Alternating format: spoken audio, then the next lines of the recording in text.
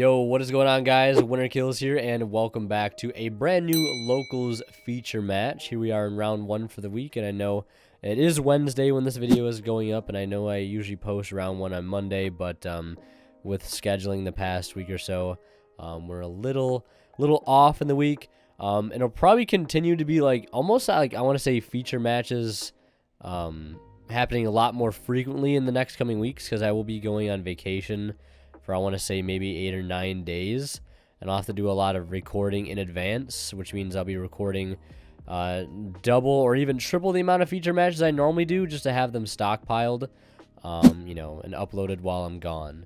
So just be on the lookout for that. I'll have some other content, of course, going up alongside of it, like deck profiles, test hand videos, discussion videos, all these other things. So be on the lookout for that, and make sure you subscribe for all of it so you get notified when any of those videos go live. But Live Twin versus Invoked here. Live Twin winning the die roll here by rolling a 12, 2 6s, and going into their combo here with blue going into the Frost. We're going to see an Imperm immediately on blue. This is not something I typically like to do when I play against Live Twin. If I'm playing against Live Twin, I'll either do one of two things. I'll either hold the Imperm for the blue link here when they're about to bring back the one to draw, or I'll just save it for Trouble Sunny, an Imperm in standby phase, because that just saves you a whole bunch of trouble as well. And then, you know, if you Imperm the blue link and stop it from bringing back red, you stop them from getting a draw, etc., etc. And at that point, they need to have an extender, and even at that point, it's not really that great. But there are definitely better points to use Imperm than right in the normal summon, because a lot of times they'll have something like Cross Out, or they'll have something like the extender, like I think Treat or Frost. I mean, if they have Cross Out, they have Cross Out. But if they don't, you want to use that hand trap somewhere a little bit more impactful, a little bit later down the line, instead of immediately on their normal summon. So we're going to see our Evil Twin player here pass on Trouble Sunny, set 1 pass with the Sunny Snitch. So there will be some life points being gained and some life points being lost. And this will signal the first instance of Sunny Snitch. And we'll be doing the life points once either the opponent's turn has ended or all Evil Twin monsters have been cleared off of our Live Twin player's field. It just makes things a little bit easier in editing to do all the life points after the fact. So that's 2 summons. So that's 400 down for our opponent, 400 up for, 400 down for our Invoked player, and 400 up for our Evil Twin player. And we're going to see him take a look at the Trouble Sunny here. Realizing that it can't tag out into both red and blue for a pop and a draw. Invocation would be pretty good here to banish one of those links in the graveyard. Of course, I guess he could chain. Trouble Sunny here, because he can activate it in response to the fusion spell because he's not negating. But it looks like he's just going to go ahead and let him banish that. I mean, that's totally fine. He's still going to have to work pretty hard to get over this Trouble Sunny at 3,300. Alistair over Mechable will just barely be enough. And that puts 3 counters up onto the Sunny Stitch. And I know this is not how the card actually works. It's just for locals, and it's just easier to keep track of. So you're not constantly picking a calculator up every 2 seconds. It's just easier to, you know, put a dice on there and, you know, do multiples of 200 for every face of the dice. So he will not get the pop and draw. So we're just going to see him go battle phase and then damage step Alistair over the Trouble Sunny. And he'll take 200. And then we're going to apply the life points lost and gain here from the Sunny Cinch. So 74 to 84. And then we're going to see our Invoked Dogmatika player pay a 2K here for the Fusion Destiny, which he is on the Fusion Destiny package, which is pretty standard, I want to say, within most current lists of the Invoked Shadal deck. And I would say Shadal still, just because they play the Shadal package in the extra deck. You know, Schism, Winda Construct, etc. Although they've moved mostly away from, you know, like playing the Aerial in the main deck. If anything, at least I don't even think some builds are probably on that anymore, like Dragon, like the base Shadal monsters that some lists were playing in the past. Because those cards are bricks, and, you know, Enforcer's a hell of a card, and you don't want to add in more bricks with Celestial and Dasher, and you could just, you know, try to go for Enforcer. So The plan B doesn't go through because of Valor, and then the plan C, which is Maximus here, does not go through because of Nibiru. So yeah, pretty good hand trap lineup here for our live twin player. I mean, it's not surprising. This is a deck that typically plays a large number of hand traps and even a lot of hand trap hate cards because the deck is very fragile. Live twin oftentimes dies to Nib or Gamma on their first summon. If you Gamma red or blue on summon, it's just kind of like they need to have like home plus an extender like in hand, so they need to like use another 3 cards just to recover from a Gamma, and that leaves them with 1 card left. And at any point, if you have any other hand traps after that, like Imperm, Ash, Valor, Nib, like it's just uber GG. I guess Imperm wouldn't count if you Gamma them because you can't use the Imperm anymore, but I digress. But our Invoked Shadow players still got some gas in the tank here. You're going to follow up with the Nadir Servant to go ahead and dump one from the extra deck to add a Dogmatika monster. So I imagine we will see an App Clone get sent with it adding, a Schism and then discarding a card in hand.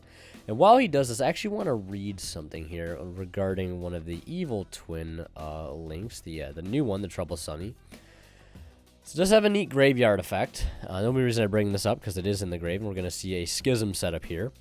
And this card says you can banish. Where does it say this? You can banish this card from your graveyard.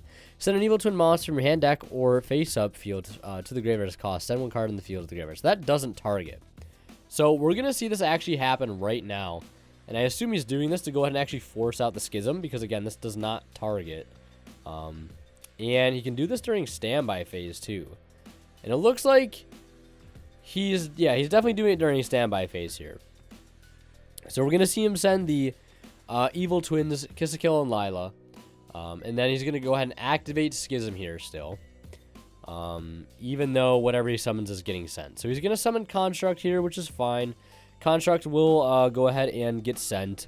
Because I don't think it has the chance to activate yet. And I actually don't even know if he has any Shaddoll's in deck to go ahead and net from. But Schism still resolves, sending the Nibiru. And then our live twin player is free to go ahead and go into the Kill.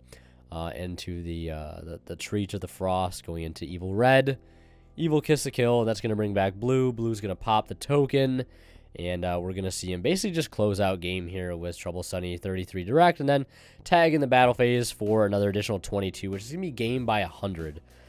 So yeah, we're going to go ahead and wrap up game 1 and head into game 2. And of course, as we do, I'd like to mention a quick shout out to the fine folks over at ImperiumDuelist.com. If you guys are interested in picking up amazing binders, playmats, deck boxes, sleeves, backpacks, and more, they sell all sorts of amazing TCG accessories. Check them out at the link below, and don't forget to use my discount code WinnerKills10 off at checkout to save 10% off your entire order and support the channel in the process. And if you guys are buying anything on TCG Player, please do not forget to use my affiliate link found in the description below of all my videos anytime you guys shop and check out using that link. A small bit of the revenue from your purchase will go right back in the channel and helps out a ton. So yeah, with all that out of the way, let's go ahead and get back into the video here, into game 2. And we're going to see Alistair not resolve, which is pretty standard at this point in Yu-Gi-Oh! It's going to get hit with an Imperm, and he's going to follow that up, though, with the Meltdown. So we get to search another Alistair for next turn, basically try again. And we're going to see not Dasher, we're actually going to see Malicious here instead of Dasher. Interesting tech choice. So we're going to see him end on Almirage and a Kabi Enforcer with Alistair in hand. Unsure of how many other hand traps or going second cards are available to him right now. No set Imperms, no set Droplets or Chalices. Can our Evil Twin player play through 1 pop? Odds are most likely. We're going to see him normal summon Blue. And that effect is going to go ahead and resolve here. And going to go ahead and probably summon out Treat. So we can go ahead and secure a draw later. Or, if his opponent decides to add something off the Alistair next turn, he can go ahead and secure the draw while that is in the graveyard. Probably try to draw into another hand trap or something like that. So we're going to see him link here into the red, I would imagine. Which is to bring back Blue, and then Blue bring back red, draw a card. So yeah. He's going to summon red here. And, yeah. So he's going to use red, bring 1 back. At this point, I would probably I probably would have used Enforcer there already to, like, pop the red link. Because then even if he has another extender, he needs to, like, hard link into blue. And then blue has to bring back red, I guess, and draw. And it's still the same thing. I don't know. I don't know what the best point to use DPE here would actually be. I don't want to say it would be, like, immediately. Definitely not on the normal summon. But I feel like, you know what? I feel like right here, this is... Actually, yeah, well, it doesn't matter. He has drop. I was going to say, you could do it right now. So when the red gets summoned, he doesn't get to draw because he would not control a Lila monster. I guess that's the best thing. But Droplet is Droplet, so he will still secure the draw. He will still secure the Trouble Sunny. And yeah, I guess if you pop blue while it's trying to bring back red, you stop them from getting the draw, and then you put them on needing 2 more monsters to be able to get into Trouble Sunny. So I think that'd probably be the best thing. But we're gonna see a Bell on Enforcer effect, which is insane, and then Battle Phase tag out Trouble Sunny into red and blue for another 2200 damage here. So Enforcer neutralized. The only thing you have to worry about now is the Celestial follow-up. He does have Malicious Engrave, which I don't know how much good that's going to do him. I would imagine that's good for, like, setting up Anaconda plays, maybe just, like, free Nightmare stuff, but yeah, going into another Trouble Sunny here in main phase 2 might as well to set up the pop and draw for next turn. And we're also going to see a follow-up of the Sunny Snitch, so I'm going to start gaining some life points and burning his opponent, setting one and passing. And so he does know that he has Alistair in hand. It's no shocker. We're going to see the Imperm on the Alistair just denying him of Invocation here. He's going to have to hard open it if he wants to, you know, get into Mechaba. And that's also 1 summon on the Sunny Cinch, and that is another one. So that's a 400 up and 400 down. And we'll see if Ecclesia is going to go ahead and search here. Of course, it will lock him out of the extra deck. Small price to pay, though, to be able to stay in this game, because at this point I don't really know what else you do. Anaconda is no longer an option. I mean, if he was still on the Shadal package, it would be an option. I mean, I guess he could Super Poly, but what is he Super Polying for, though? That's the real question.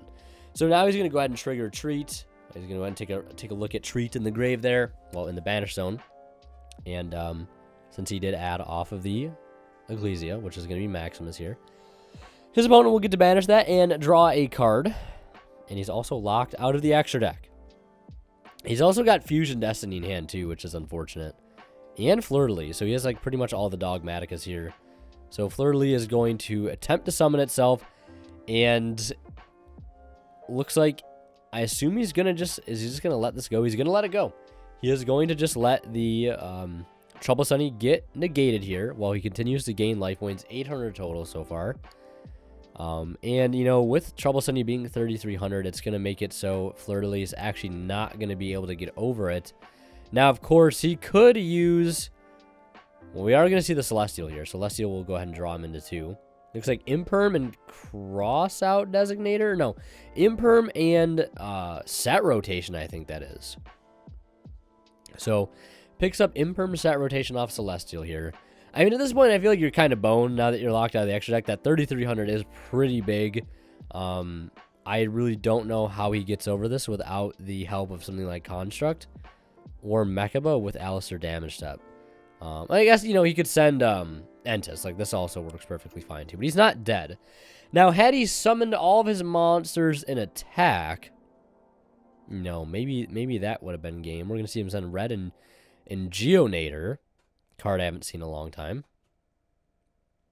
And Apclone here resolving. I mean, normally this, I want to say, yeah, he's going to gain 800 here.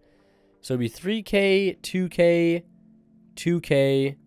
So that's 7, 8K. That would have been an exact game if you put all those monsters in attack. But because he remembered all the Sunny Snitch gain and loss, he would even live if all these monsters were in attack, which is pretty nice. I mean, if he would have summoned...